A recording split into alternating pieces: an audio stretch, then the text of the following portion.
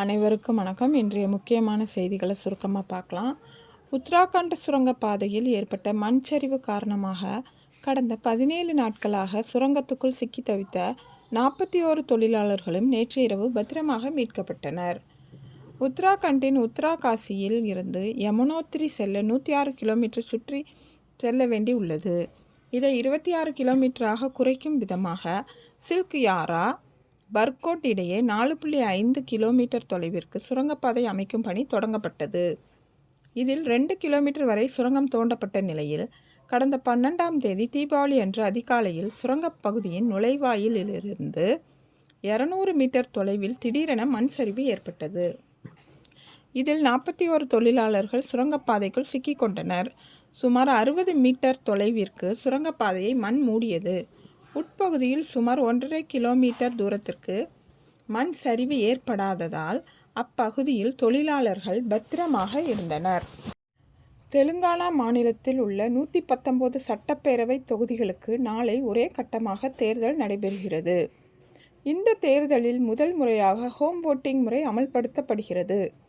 இதன்படி 80 வயதை கடந்தவர்களின் வீடுகளுக்கு அதிகாரிகள் சென்று அவர்களின் வாக்குகளை பதிவு செய்ய உள்ளனர்.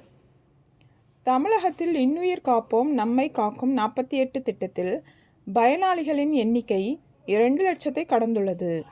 அவர்களின் சிகிச்சைக்காக தமிழக அரசு ரூபாய் 173.77 கோடி வழங்கியுள்ளது என்று தமிழக சுகாதாரத்துறை அமைச்சர் மா. சுப்பிரமணியன் அவர்கள் தெரிவித்துள்ளார். தமிழகத்தில் விபத்து உயிரிழப்புகளை தடுக்கும் நோக்கில் இன்னுயிர் காப்போம் நம்மை காக்கும் 48 என்ற திட்டம் கடந்த 2021 முதல் செயல்படுத்தப்பட்டு வருகிறது. இதன்படி தமிழக எல்லைக்குள் நிகழும் சாலை விபத்துகளில் சிக்கி மருத்துவமனையில் சேர்க்கப்படுபவர்களுக்கு முதல் 48 மணி நேரம் வரை கட்டணமின்றி மருத்துவ சிகிச்சை அளிக்கப்படும். இதற்கு தமிழக அரசு சார்பில் ரூபாய் 1 லட்சம் வரை வழங்கப்படும். இந்திய கடற்படைக்கு ரூபாய் 40,000 கோடி மதிப்பில் 2வது விமானம் தாங்கி போர்க்கப்பலை உள்நாட்டில் கட்டும் முன்மொழிவுக்கு பாதுகாப்பு கொள்முதல் வாரியம் ஒப்புதல் வழங்கியுள்ளது.